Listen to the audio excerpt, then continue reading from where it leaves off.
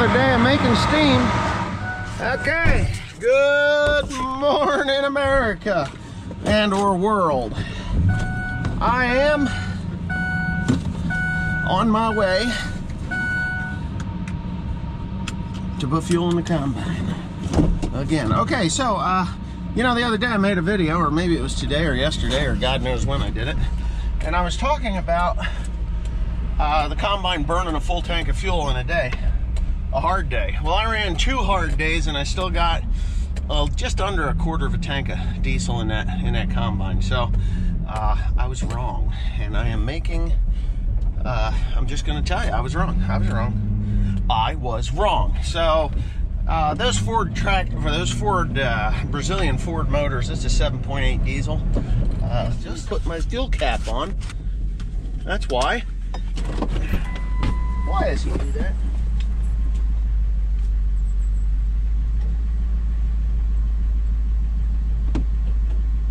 Employees, you know, sometimes they're dumb.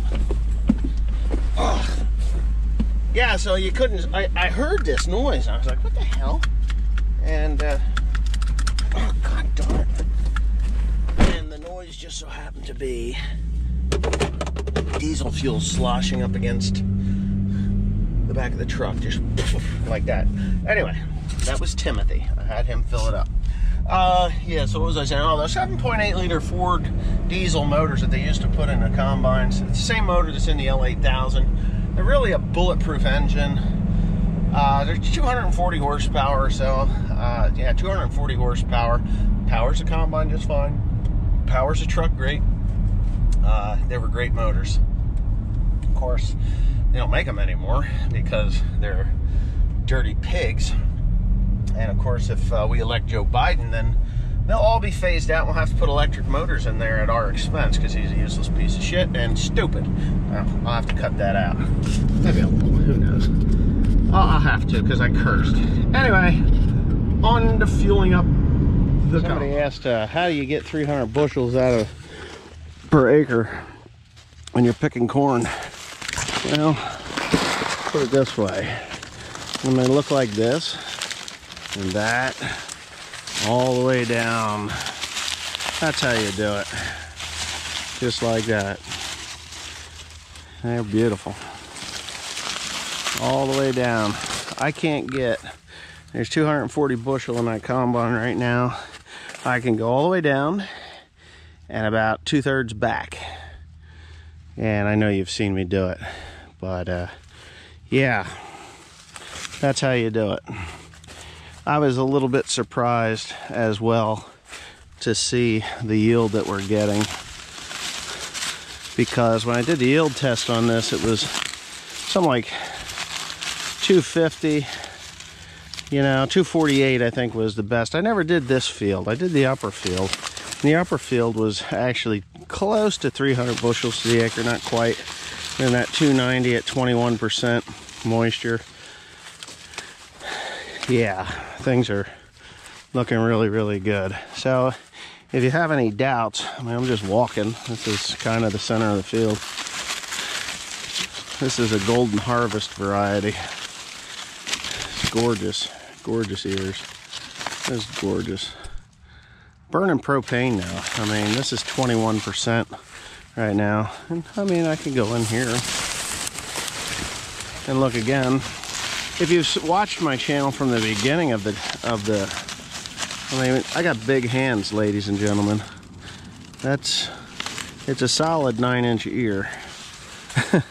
The problems that I am having, and you've seen it, is that it's going over. But if you watch this process of me planting, prepping and planting this ground, you'll know that I put a lot into it. I mean, I put a lot into it, a lot of substrate, a lot of NP and K, 220 units of nitrogen along with the substrate, which is a fickle thing because it takes nitrogen to break it down, but it actually has nitrogen in it. So it's just kind of an amazing thing. But look at these ears. They're just starting to turn down now. I mean, but I got that to deal with. I don't know if you can see that, but that's rain. And that's supposed to be here sometime around 3 o'clock. sometime around 3 o'clock. But Jeff Ramon was talking about when I did my yield test. I know he was picking on me. He says, you ain't gonna get every one of those kernels off of there. And once in a while, like once in a great while, you'll shatter a cob like that and you'll lose 4 kernels. But these TR96, if it's set up correctly, it will take everything off. And of course, when I did my yield check, I obviously did not count these little non-producing kernels. I just didn't. So yeah, every once in a while you'll see a shattered cob and it didn't shell out correctly. But every once in a while, not often. So every, what, 30 feet maybe. But yeah, I have some shelling in the head, but not much. You'll see a kernel here and there. Like there's a couple, 3. I just dropped that one, but everything seems to be quite awesome. So if you're wondering how you grow 300 bushel corn, I'm not going to give you the secrets to it because they're not really secrets. A lot of it has to do with soil preparation. And this coming year, we're going to be doing something a little different and actually getting a little deeper into the ground and seeing if we can push this even farther and harder, because I did push this pretty hard. I mean, I'm not joking, I pushed it hard. When you can have ears that look like this all day right down the row, you know that you've done it right. You know, so these are bragging rights. Now next year, this could be a complete failure. I may end up with 75 bushels to the acre, which would be totally unacceptable, but it is what it is. And the value of this crop isn't the grain as much. Well, the grain's getting pretty valuable. I sold for $444 the other day. Oh, here's a kernel. Oh, Jeff, you were right. What the hell's the matter with me? I think I might need to just a tiny little bit of speed to my rotor would take that right up. That's kind of easy to shell out of there too. So I think I'll add a little speed to my rotor. But it's the fodder. So if that storm misses us, which it's only rain showers, but if that misses us and tomorrow it's less of a chance and we actually end up with 3 days of somewhat drying weather, I'm going to bale this. It will be shredded, baled, and covered by the end of the week. And that's that. And yeah, I threw those kernels on the ground to pick up an ear that I missed. Oh, here's another one. These are Mike Bloomberg ears. You see? That's what these are. Little Mikey ears. I think Mikey wouldn't even be able to do that good of a job, to be quite honest with you. But anyway. And this is no joke either. I'm standing up as straight as I can. Here's the ear. I'm 6 feet tall. Here's one. Check this out. That's 6.5 feet tall, that ear. Is that ideal? Not if you want it to stand, I'm telling you. But again, I'm gonna show you what they are. They're just beautiful. Just absolutely gorgeous ears. Filled pretty well, nicely to the tip. Like I'm saying, bragging rights, that's all this is. I didn't do, this is actually rather a cheap way I planted this as well. I didn't use $350 seed. I used $153 a bag seed. Well, the thing that I don't like about the variety is that the ears have not turned down. They're just starting to get a little bit like they want to do that, but for the most part, I was really hoping that they would turn down. And I'm going to show you why it's not an ideal variety to plant. Right over here. This is wind damage. Will I get it? Yeah, if it was there. But if you see, Mr. Deer has been here. And they'll just eat everything. So there's really nothing to get there anyway. And that kills the yield as well. But you get into this spot, and I know why this is blowing over. It's the substrate that I put down. Substrate. Look at that ear. I mean, that's a solid 9 inches from tip to tip. Anyway, I guess I'm done bragging. I go back to work now. My wagon should be good. Do a bit of an end of the day review. As you can hear in the background, that fan is running like crazy. There's a pair of them. 2 fans running on that, cooling it down. Yes, it is raining outside, but I'm not afraid. That little bit of moisture probably won't make a damn bit of difference. We're supposed to be clearing out. But you know what? I'm gonna shut it down. I'm gonna shut them down. Just for safety's sakes, right? I don't need it burning up. Anyway, so I might as well do a review on these Parker wagons. This is the more beat up one of the 2. And when I say beat up, it really doesn't have any beat up problems. Typical cracking here, and I think all wagons break there. There is not a divider between the 2 doors, just so you know. It is one big bin. I like the wagons. I like the wagons. People are telling me, oh, why are you wasting your money on wagons? You should just go and buy a truck, a hopper bottom truck, and a grain cart. Okay, a good used hopper bottom truck is going to cost me somewhere around between $35,000 and $45,000. $35,000 and $45,000 is a lot of freaking money to spend on 150 acres of corn, which is approximately what I planted. 150 acres of corn. I set out this year to plant 200 acres of corn. I had the seed for 200 acres of corn. I ran out of ground at about 145, 150 acres. I'm going to call it 150 acres, even though I do believe it is a mite less, because I did the math. Anyway, I have the leftover herbicide, which all in that I bought for this year leaves about 60 acres of herbicide, which had 60 acres worth of seed left over that I gave to another guy. Gave it to him for the fodder. He's going to give me the fodder. So when he gets it done. Anyway, with that being said, that's too much money. Grain cart.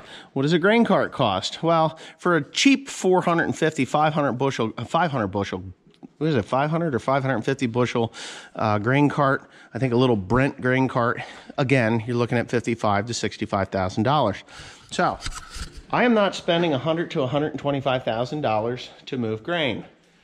We had an accident with the wagon. It was the pin, I've already said this, it was the pin that holds the hitch to the gear, not the hitch to the tractor. We did not lose the hitch pin. We did not lose the hitch pin. Oh, and we did not lose the hitch pin. The pin that the king pin that holds it to the hitch to the running gear is what broke. So anyway, I was looking online, I was looking for places close to me that had decent wagons. Now, I've already said that how I've wanted one of these for many, many years, and I'm glad that I was able to find these 2 in immaculate condition. These are in great condition. They are Parker gears. The one thing I don't like about the Parker gears is, and I didn't even understand what the man was telling me, well, it's got these 2 stupid rubber bushings there, right? Well, they're supposed to be torsion bars of sorts. And let's just say they don't do jack shit. Let's put it that way.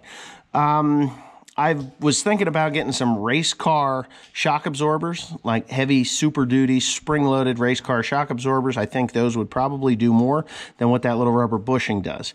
What will happen, and it's not terrible if you run this down the road at 20 miles an hour, because that's what it says on the hitch. Do not exceed 20 miles an hour while pulling this grain wagon, this gravity flow box. So, of course, what's the first thing you do when you got a 31 mile an hour tractor? You go 31 miles an hour, loaded with 480 bushels of corn on it. Yes, ladies and gentlemen, they hold 480 bushels of corn. It's tight, but they fit. 2 full dumps from the combine, 240 bushels per dump, 480 bushel, they hold it. Anyway, what'll happen is it'll dip on one side. The wagon will dip because it pivots in the center. It'll dip to this side, and then it'll swerve the wagon, and then it dips to the other side because the weight transfers back and forth, and then it becomes violent and out of control, almost, if you're not level-headed and smart. And if you jam on your brakes, you're fucked. You will completely destroy the wagon, possibly the tractor, and spill 480 bushels of whatever it is you're hauling onto the roadway. We don't want that to happen. So 25 mile an hour is more than fast enough hauling 480 bushels of corn. They have been great. I bought them both. I paid, guess how much I paid? I've already told you, $7,000 for the pair of them. $7,000 for 900, just say 900 bushels of capacity. And my problem is that the dryer doesn't go fast enough for 21% corn. If it was 15% corn, or not 15% corn, if it was 17 or 18% corn, I would have more than enough capacity. But we're also running close to 300 bushel to the acre corn, which is no joke, no lie, absolutely 100%. Holy shit! There's the thing that I was missing. I lost that the other day, and I blamed it on Tim. And I know that it was me. It was me. I did it. Oh, so we'll put it where it belongs. Anyway, anyway, so the dryer's the choke point, but they're awesome. Anyway, if you're not doing 1,000 acres of corn and soybeans, or 1,000 acres of corn and 500 acres of beans, or 1,000 acres of beans and 1,000 acres of corn, it does not and it will not pay to spend all that money on moving equipment, handling equipment. It's cheap enough to go out, and I can go to Iowa and buy these things for $2,000 all day long. 450 to 550, 600 bushel Parker wagons. They are, or gravity flow wagons. They're out there. They're out there because everybody out there, not everybody, but the majority of people out there have moved to gravity flow hopper bottoms and grain carts, which I have no desire to purchase one at this time. Maybe at a future date, but right now, no. So anyway, there you go. There you have it. Those are my thoughts. And that's why I did what I did. Thanks for watching. Please comment, rate, and subscribe for more. Oh, and just in case you didn't believe me about the hitch pin falling out of the wagon, or what actually happened with that other Kill Brothers gravity wagon, there it is. It had been slowly breaking there and there, and this was the final straw right in the center. Broke out. That pin slid out just enough to make that thing do a left-hand turn, and round the corner she went. It's like the wreck of the old 97 there.